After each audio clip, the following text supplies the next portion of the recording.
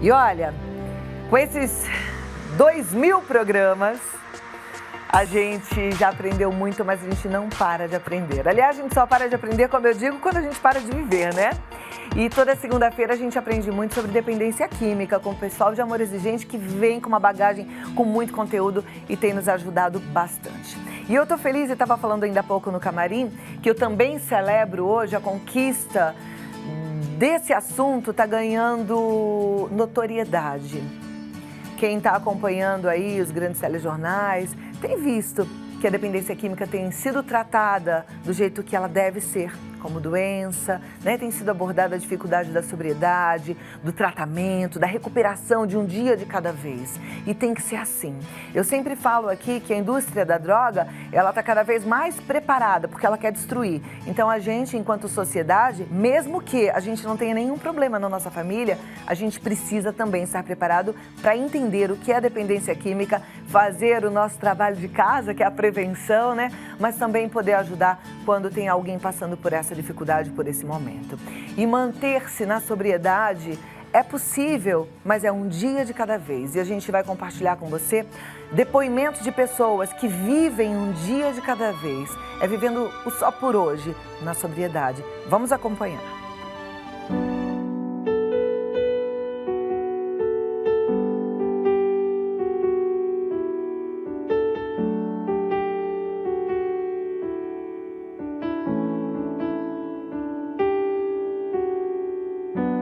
A recuperação me deu frutos de vida novamente, né? Então eu consegui, nesse momento, buscar alternativas para eu me manter em sobriedade. Eu percebi que a vida é mais do que aquilo que a gente percebe. E de lá para cá faz 7 anos que eu vivo assim.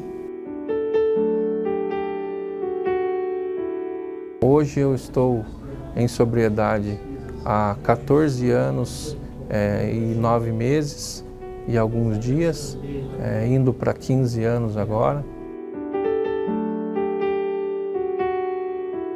Hoje eu me encontro limpo há 20 anos. Quando eu comecei a olhar para dentro de mim e vi que eu tinha que mudar muitas coisas através do programa, tudo, eu fui me transformando em outro... Hoje eu não sou uma pessoa 100%, mas eu sou melhor do que eu era, eu tenho certeza disso. Vontade sempre vai existir, é uma doença incurável, então ela sempre vai vir. A gente precisa aprender, a gente aprende a como lidar mais com essa vontade, né? Que a questão psiquiátrica é muito importante, né? Para mim foi importante, mesmo não passando por clínica, foi muito importante, fundamental, para minha recuperação. A terapia individual é uma grande ferramenta, porque ajuda também no autoconhecimento, E aí, quando se vê em perigo, na vontade, ligar para um companheiro. A minha maior expectativa é o viver o dia de hoje. É o dia de hoje que me ajuda a ser quem eu sou, a não esquecer de onde que eu vim e todas as coisas que eu aprendi, inclusive.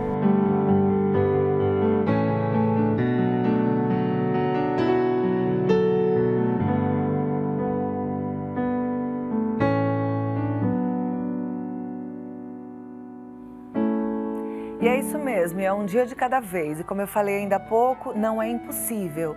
Mas a gente precisa estar cercado de tudo que favorece a recuperação. E a gente vai aprender agora com eles, que são voluntários de Amor Exigente, que trazem sempre muita informação. Hoje eu recebo o Luiz Fernando Calduro, que é presidente de Amor Exigente, mas que veio também com a Vanessa Sola, que é psicóloga, já esteve conosco outras vezes. Como disse o Luiz Fernando, um anjo da guarda no Amor Exigente, né? Obrigada por nos ajudar sempre, viu, Vanessa? Seja muito bem-vinda. Luiz, a luta não é pequena, né? É difícil. Pois é, mas nós gostamos de sempre, porque somos um grupo de esperança, de não ficar focados na dificuldade e no drama. Vamos ficar focados na esperança e que vai dar certo, mas para isso precisamos agir. E a doutora Vanessa vai poder nos ajudar muito a falar como que é essa recuperação, como que é a manutenção da recuperação depois que sai dos tratamentos. E isso vai ser muito útil para você que está nos ouvindo. Perfeito. Tem toda uma estratégia. Tem. Tem toda uma estratégia. A gente costuma dizer que quando você fala sobre a recuperação da sobriedade, a manutenção da sobriedade, ela implica necessariamente numa mudança de um estilo de vida. Mas isso fica também muito vago quando a gente só coloca dessa forma, precisa mudar o estilo de vida.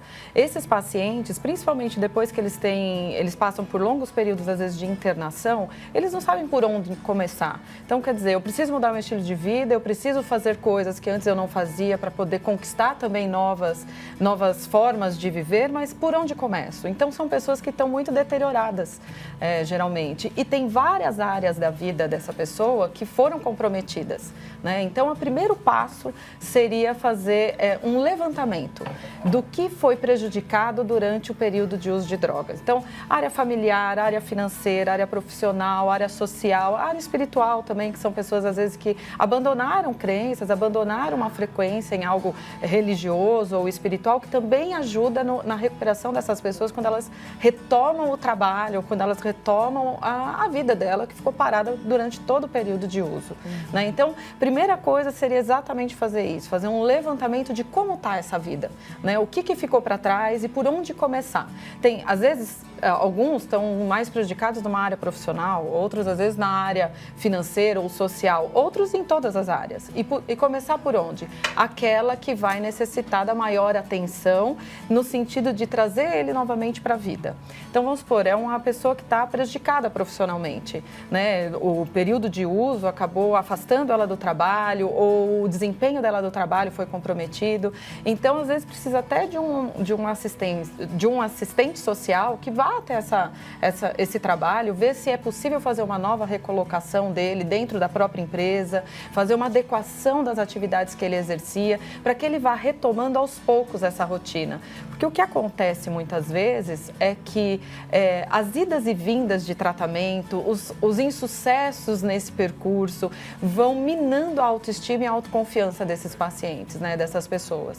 Então, não adianta falar agora, olha, você fez um tratamento, você está já em abstinência, agora bora lá, vamos para a vida. Tá, mas ele não se sente mais confiante em retomar, ele já não se sente mais confiante no trabalho, nem socialmente, para estabelecer esses vínculos novamente que foram danificados por causa do uso, né?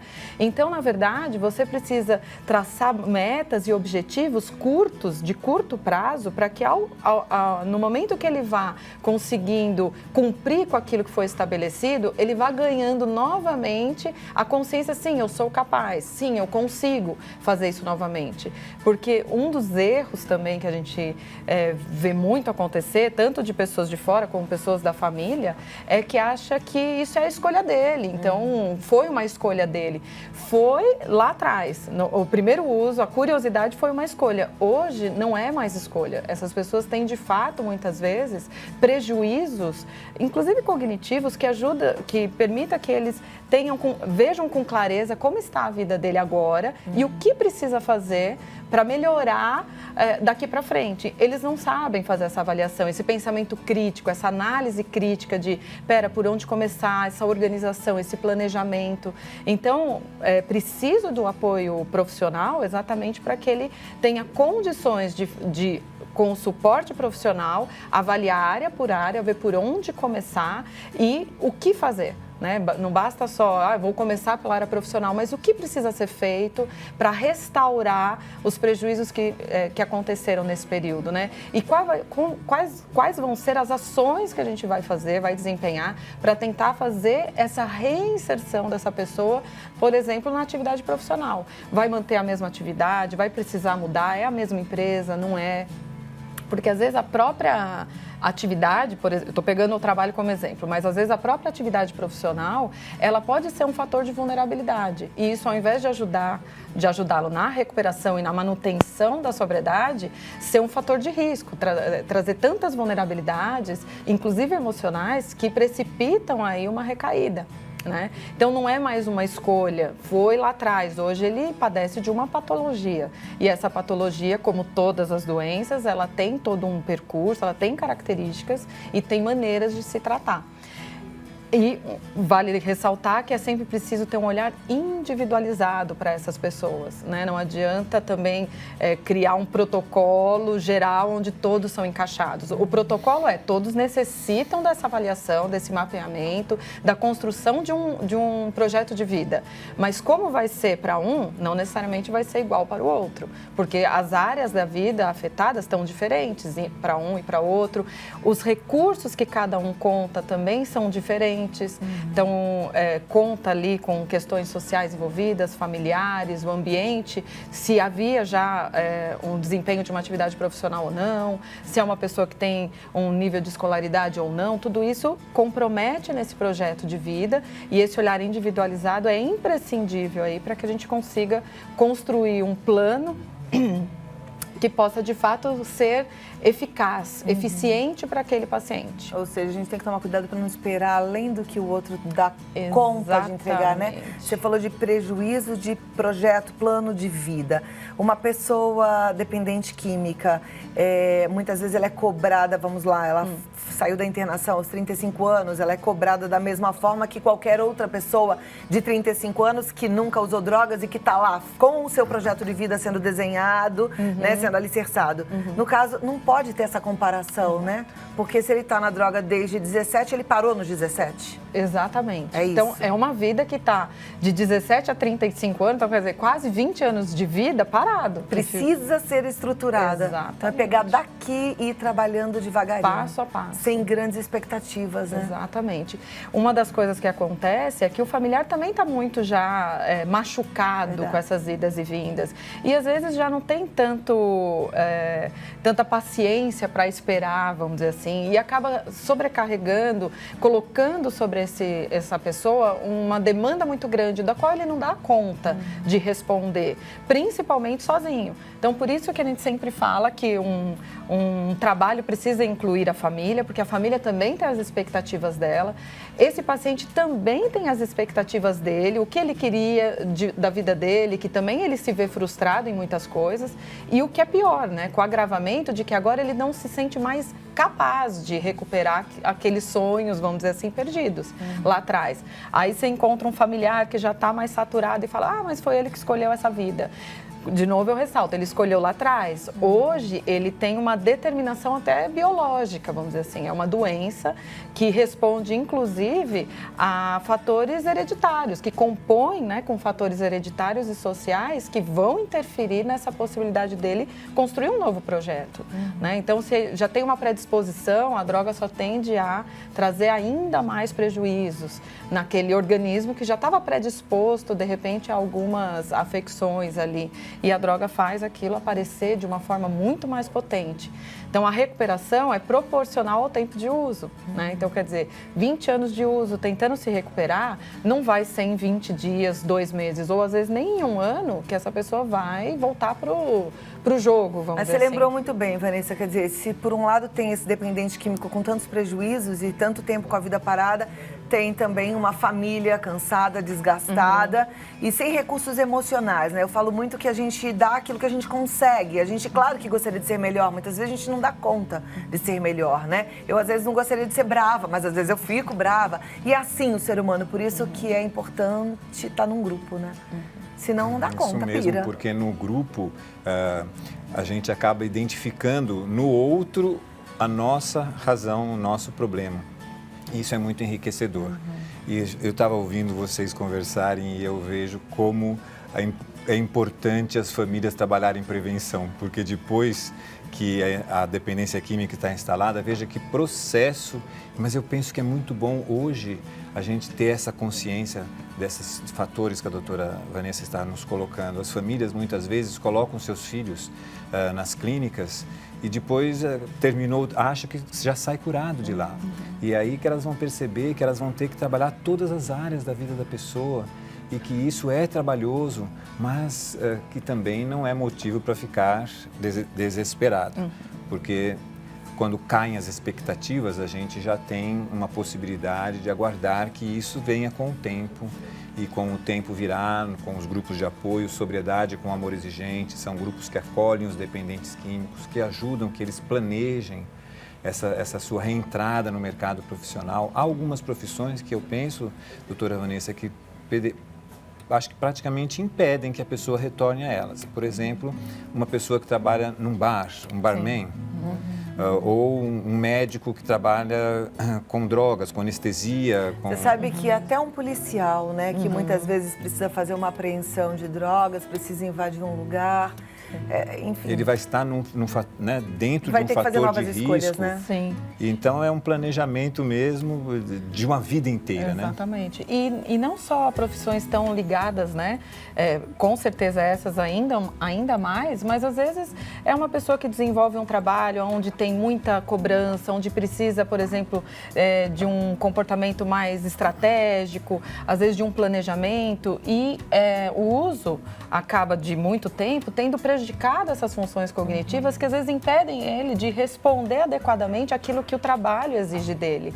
Isso é um fator de estresse, isso vai gerar nele um fator de estresse ainda maior, porque fora o estresse em si da demanda do trabalho, mas ele ainda vai se ver com dificuldade de responder a isso, e esse fator de estresse pode ser um fator, pode ser uma possibilidade dele fazer a busca de uma substância para aliviar aquilo que o trabalho estava pressionando. Porque infelizmente a gente sabe que droga encontra em qualquer lugar, né? Sabe o que eu queria saber, Vanessa? Esses prejuízos cognitivos, eles podem ser reconquistados depois? A pessoa pode ficar melhor mentalmente falando ou não? Ambos os casos. Tem pessoas que conseguem recuperar e tem aqueles que conseguem apenas amenizar o impacto que esses prejuízos agora têm na vida dele. É irreversível. Tem sequela irreversível? Tem sequela irreversível. É o caso, por exemplo, que a gente fala da doença de Wernicke-Korsakoff, que é um tipo de uma demência alcoólica, né? Então, quer dizer, o uso crônico de álcool leva a uma perda cognitiva irreversível, né? Que se assemelha, ele é uma demência, ele está dentro do rol das doenças, né? Como a esquizofrenia... Gente, esqueci o nome. A esquizofrenia? Não. O Alzheimer é uma demência também, então a síndrome de Korsakoff é uma demência, né? Mas no caso do Korsakoff, diferentemente do Alzheimer, ele é motivado pelo uso de álcool. E essa é um dano irreversível do cérebro, né? Então você consegue, às vezes, com um trabalho de estimulação cognitiva, recuperar alguma funcionalidade, amenizar o impacto dessa perda para o dia a dia, porque a pessoa fica de fato impossibilitada de lidar com situações rotineiras, né? Então, você consegue amenizar isso, mas ela é irreversível, né? Esse é um exemplo, por exemplo, de um... Podia falar qualquer dia mais sobre essa síndrome, né? Porque a gente é tão tolerante em relação ao álcool e a gente não percebe que traz prejuízos seríssimos, né? Então a gente precisa realmente abrir a cabeça, ter informações coerentes, com base em pesquisas científicas, até para poder debater isso em família, né? Isso é muito importante. Luiz Fernando, atitude do familiar, porque a gente ainda falou, né, que a família precisa estar no grupo. Ela precisa aceitar, porque tem coisas que a gente não muda, como diz a oração da serenidade, né? Mas o que pode ser feito ainda? Então, estar acompanhando bem de perto todo este processo de recuperação. Claro que deixando que o outro viva a vida dele, e é fundamental que você tire aquele peso de que você é o responsável por aquela recuperação. A família é um dos fatores que vai ajudar na recuperação se a família estiver funcional, se a família estiver frequentando um grupo de apoio. E ter metas, né, Cláudia? Eu penso que as metas do amor exigente, elas são muito claras, porque elas vêm exatamente nesta linha de que pedaço da sua vida que você quer melhorar agora. É a parte espiritual? É a parte intelectual? É a parte de conhecimento? É a parte de trabalho? É a parte financeira? Então, se você tem como um objetivo melhorar uma dessas áreas da sua vida, você pode estabelecer uma meta para uma dessas áreas da sua vida. Isso o dependente químico em recuperação e também o codependente. Vai devagarinho engateando para reconstruir, como Vanessa disse, refazer o plano de vida. E esse plano de vida tem que ir ao encontro dos desejos, vamos dizer assim, do próprio paciente, né? Porque é muito comum, como ficou anos também, quando a gente fala de dependência química, geralmente a gente está falando já de um longo tempo de uso, né? Então, é muito comum que você tenha vários aspectos da sua vida deteriorados, prejudicados, né? Em vulnerabilidade. Quando você fala de montar um projeto de vida para manutenção da sobriedade, né? Você está falando o quê? É algo que aquele paciente precisa se identificar, né? Porque você só se compromete com algo quando você se identifica com aquilo. Fazer o que a gente gosta, às vezes já demanda da gente um esforço extra. Imagina ter que fazer algo só porque o outro impôs, né? Então, é preciso devolver, de certa forma, essa autonomia para esse paciente, inclusive dele fazer as escolhas. O que você quer? Eu estou aqui para te ajudar, mas vamos tirar daí de dentro aquilo que você julga ser adequado para você. Você quer trabalhar nisso, naquilo, quer fazer um curso disso ou daquilo, e ajudar ele a ser participativo nessa construção desse projeto de vida, também ajuda nesse comprometimento dele. E lá na frente ele não vai poder dizer assim, não deu certo porque eu fiz o que você me pediu para fazer. Não, é um projeto meu, tem a minha cara. Se não deu certo, também a responsabilidade vai ser minha, né? E, obviamente, sempre com suporte. Não são pessoas que, depois de, às vezes, longas internações e longos tratamentos, vão conseguir sozinho montar esse projeto e ir em busca. Né? Você vê que delicado, suporte. né? Você dá autonomia, mas ao mesmo tempo você tem que estar ali junto. Não dá pra você, minha amiga, que é mãe, vó, tia, ficar só. Precisa estar num grupo de apoio, precisa ter metas semanais e ir crescendo, e melhorando e aprendendo dia após dia mesmo. Só tem a última pergunta, a produção já está me olhando, mas Vanessa, você trabalha como especialista nesse assunto há muito tempo. Sim. Você de verdade acredita que existe a possibilidade de recuperação? Nós temos muitos casos de recuperação, apesar de também termos muitos casos de recaída. É uma doença crônica, a recidiva é esperada, mas quando você consegue encontrar, vamos dizer assim, o motivo para a sua sobriedade, fica muito mais fácil de implicar aquele paciente no compromisso da abstinência. Perfeito. Que bom, né? Família de Amor Exigente vai estar reunida, sabe aonde, Cláudia? Em Belém do Pará, neste sábado. Olha, a Dani, nossa vice-presidente, estará lá na Avenida Governador José Malcher, 1169. E você pode fazer a inscrição na hora lá ou procurar um dos grupos de Amor Exigente de Belém do Pará. Perfeito. O Amor Exigente é um grupo que funciona semanalmente, são 2 horas de reunião, ninguém paga nada, tem vários endereços, tem em Belém do Pará, mas tem no Brasil todo, até fora do Brasil, em alguns lugares da América Latina. Entra no site, busca o endereço mais próximo e não fique só, vá para um grupo, viu? Então é amorexigente.org.br, o telefone é 19-3252-2630. E se você precisar entrar em contato, esse outro telefone é o seu, doutora? Qual? O 9... meu. Então, pode mandar um WhatsApp também para Vanessa Sola, 11-99219-9099. Tirar uma dúvida, fazer um desabafo, marcar um bate-papo, 11-99219-9099 ou no Amor Exigente, vá para um grupo. Eu mesma não saio, toda semana tem que estar lá, mesmo, né? Para ficar cada vez melhor. Sim. Muito obrigada, viu? Amei nosso bate-papo. Pena que tudo que é bom dura pouco, né? Mas segunda tem mais. Segunda-feira tem mais. Toda segunda-feira aqui a gente fala sobre dependência química. Um tema que eu considero super importante, a gente tem que falar. E como disse o Luiz Fernando, a gente precisa trabalhar a prevenção. Nos grupos de Amor Exigente você também vai aprender a fazer a prevenção de forma correta. A ter uma família que funciona. E quem se ama, ama a sua família, não é? Se cuida.